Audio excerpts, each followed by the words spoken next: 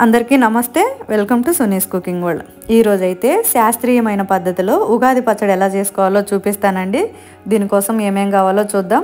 ముందుగా చింతపండు కొత్తది తీసుకోవాలి, మిరియాలు, రాళ్ళు ఉప్పు అయితే దంచి తీసుకున్నాను, వేపపూత, చిన్న మామిడికాయ, బెల్లం కొద్దిగా, ఇవన్నీ తీసి రెడీగా పెట్టుకోవాలి.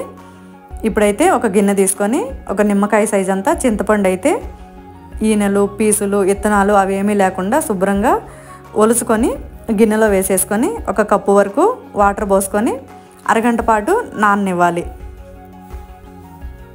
అవసరమైతే చింతపండు ఒకసారి కడిగి తీసుకోండి.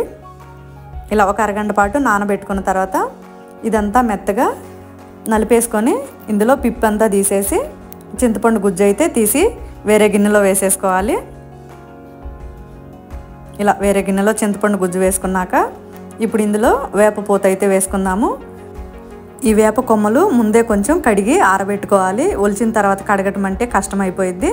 ఇలా కడిగి పెట్టుకున్న వేప పూత కూడా మొగ్గలు ఏమీ లేకుండా పువ్వుల వరకే ఒక టేబుల్ స్పూన్ అంతా ఒలుచుకొని ఇది కూడా ఈ చింతపండు గుజ్జులో వేసేసుకోవాలి.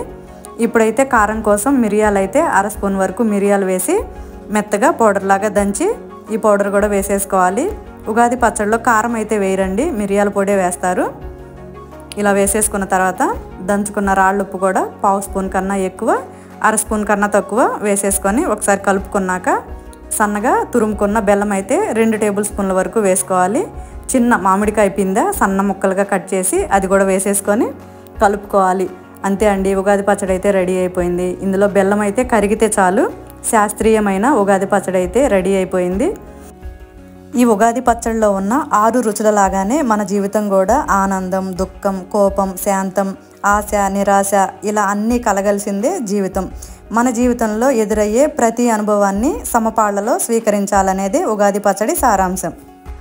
మీకు, మీ కుటుంబ సభ్యులందరికీ ఉగాది శుభాకాంక్షలు.